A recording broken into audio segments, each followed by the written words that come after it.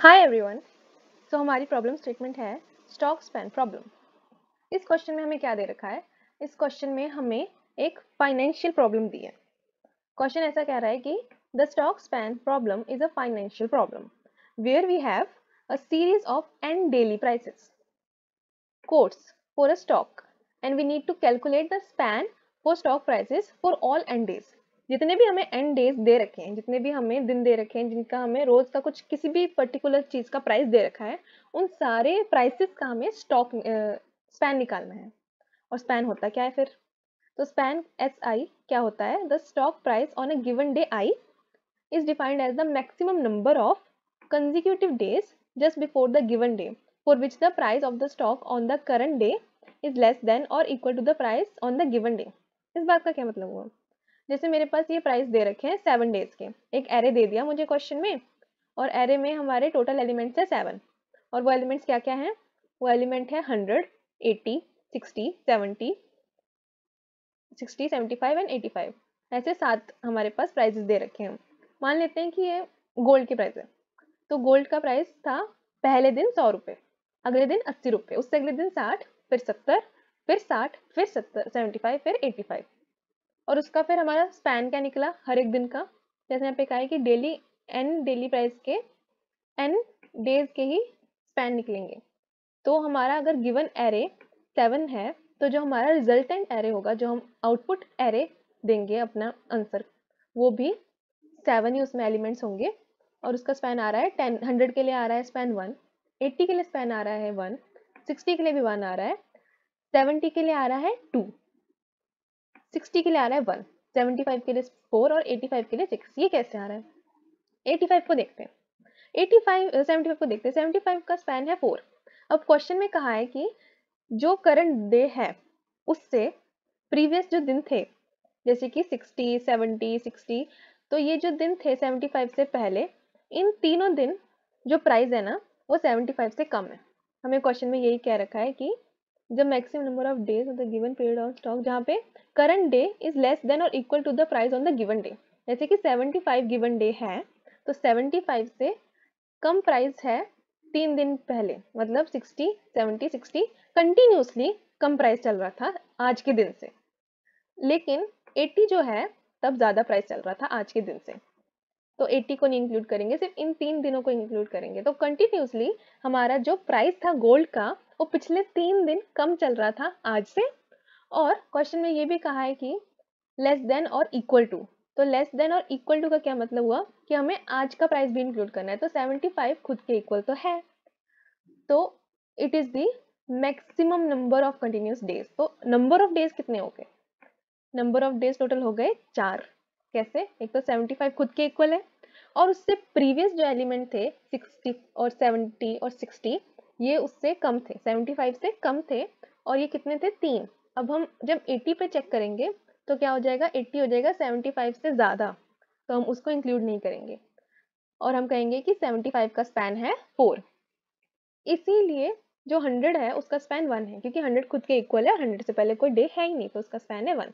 80 का स्पैन 1 क्यों है? 80 से पहले तो एक डे है 100, लेकिन 100 जो है वो 80 से ज़्यादा है। So there is no day when the price of current day is less than the previous day, is more than the previous. तो इससे पहले कोई डे है ही नहीं जिसका प्राइस 80 से कम हो, इसलिए 80 का स्पैन है 1, 60 का भी इसीलिए 1 है। अगर ऐसा होता कि 75 ऐसे चल रहा है पूरा, और 80 के बाद यहाँ पे 100 की जगह 50 होता, तो क्या हम 75 के स्पैन को 4 की जगह यहाँ पे 5 कह देते? नहीं, यहाँ पे बोला है कंजिक्यूटिव डेज, तो बिल्कुल कंटिन्यूस होना चाहिए, बीच बीच में से नहीं हम कह सकते। जैसे हमें 80 दिख जाएगा, जैसे हमें 75 से कोई मैक्सिमम वैल्यू दिख जाएगी उसके लेफ्ट में, तब हम अपने स्पैन को कैलकुलेट नहीं करेंगे, तब हम उसको इंक्लूड नहीं करेंगे। यहाँ पे ये डिस्क्रिप्शन भी दे रखी है पूरी। और हमें एक ये ग्राफ टाइप सा दे रखा है, जिसमें हमें दिख रहा है कि जो हमारे स्पैन है वो कैसे है। फर्स्ट डे हमारा स्पैन हमेशा 1 ही होगा। सेकंड डे हमारा स्पैन 1 इसलिए है क्योंकि सेकंड दिन हमारा प्राइस कम है। थर्ड दिन हमारा स्पैन इसलिए 1 है क्योंकि थर्ड दिन हमारा प्राइस और कम है। सेकंड डे स्पैन 2 हो गया क्योंकि हमारा प्राइस जो है वो अपने प्रीवियस डे से ज़्यादा है। फिर 4 पे हमारा प्राइस स्पैन 1 है क्योंकि वो फिर कम हो गया, उससे प्रीवियस उससे ज़्यादा था। सो ऐसे ही सो ऑन। अब ये क्वेश्चन तो हमने समझ लिया है, ये सॉल्व कैसे करेंगे। इसे करने का नाइव अप्रोच ये है कि जैसे मेरे पास ये वैल्यूज़ थी 100, 80, 70, 60, 75, राइट। तो ये कितनी वैल्यूज़ है, 1 2 3 4 5।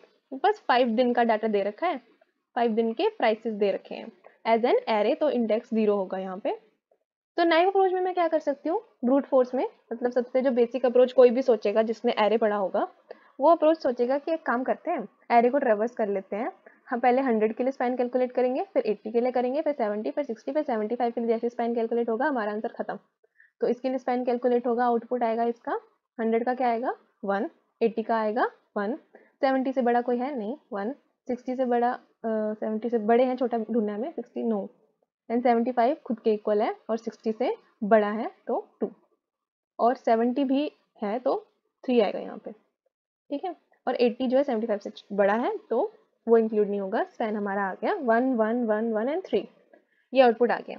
अब इससे हमें क्या समझ आ रहा है कि आउटपुट भी हमारा एरे में होना चाहिए, राइट।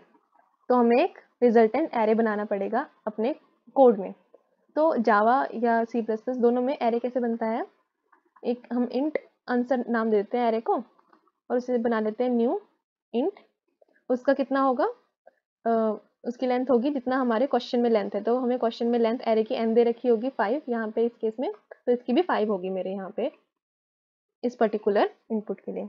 नाउ यहाँ पे क्या करेंगे हम, नाइव अप्रोच में हम ऐसा करेंगे कि हम एक फॉर लूप तो ट्रेवर्सल के लिए लगा दूंगी मैं कि मैं ट्रेवर्स कर रही हूँ अपने एरे को। तो यहाँ पे इंट आई करके i इक्वल टू 0 होगा, i लेस देन n होगा और i प्लस प्लस। अब एक चीज़ तो हमने देख ली कि कोई भी इनपुट ले लें, जो हमारा पहला एलिमेंट होगा एरे का, जो पहला प्राइस होगा हमारा, जैसे यहाँ 100 है, उसका स्पैन हमेशा 1 आएगा क्योंकि उसके लेफ्ट में कोई एलिमेंट नहीं है और वो खुद के इक्वल है, तो स्पैन हमेशा 1 आएगा।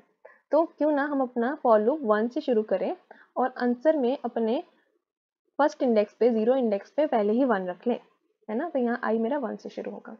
फिर मैं एक इंट स्पैन अपना कैलकुलेट करना चाहती हूँ तो उसको एज 1 इनिशियलाइज कर देती हूँ, ठीक है, उसको एज 1 इनिशियलाइज कर देती हूँ। अब मुझे सिंपल अप्रोच में क्या करना पड़ेगा, एक और फॉर लूप लगाना पड़ेगा, इसलिए मेरे यहाँ पर टाइम कॉम्प्लेक्सिटी होगी n², जो कि हमें नहीं चाहिए।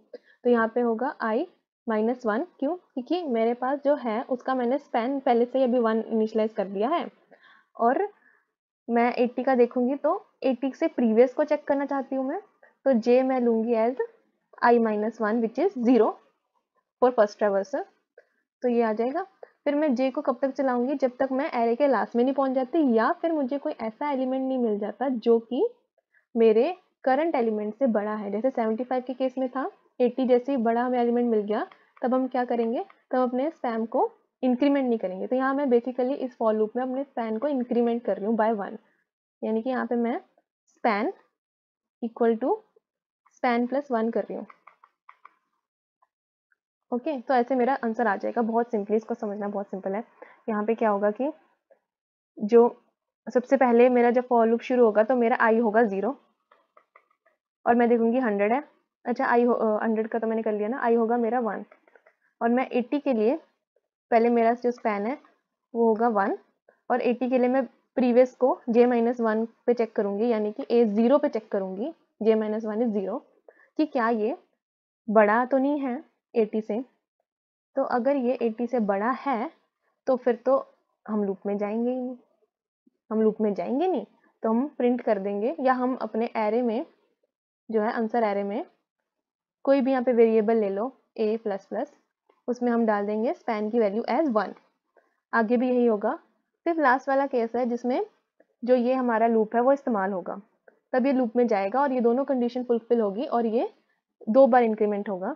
एक बार तो ये 1 ही है, फिर 60 को देखेगा तो ये फुलफिल हो रहा होगा और स्पैन प्लस प्लस हो जाएगा और ये 2 हो जाएगा। फिर 70 को देखेगा तो ये स्पैन 3 हो जाएगा। जैसे ही 80 पे पहुंचेगा हम लूप से बाहर आ जाएंगे और प्रिंट कर देंगे, मतलब ऐड कर देंगे अपने एरे में 3 वैल्यू और उसको रिटर्न कर देंगे एज आंसर। अब ये है हमारा नाइव अप्रोच, ये नहीं करना हमें, इससे हमारी टाइम कॉम्प्लेक्सिटी आती है O(n²). अब इसका जो एफिशिएंट अप्रोच है वो मैं आपको नेक्स्ट वीडियो में समझाती हूँ।